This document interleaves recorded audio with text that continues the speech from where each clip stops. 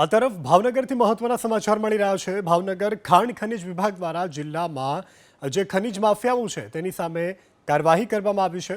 તળાજા તાલુકામાં મીઠી વિરડી ગામમાં ગૌચરની જગ્યા પરથી મોટા પાયે થતી જે ખનન ચોરી હતી ત્યાં રેડ પાડવામાં આવી અને રેડ દરમિયાન ખનિજ ચોરી ઝડપી પાડવામાં આવી છે। ભૂસ્તર વિભાગ દ્વારા અલગ અલગ 4 જેટલી જગ્યાઓ પરથી ગેરકાયદે માટીના વોશિંગ પ્લાન્ટ ઝડપી લેવામાં આવ્યા છે।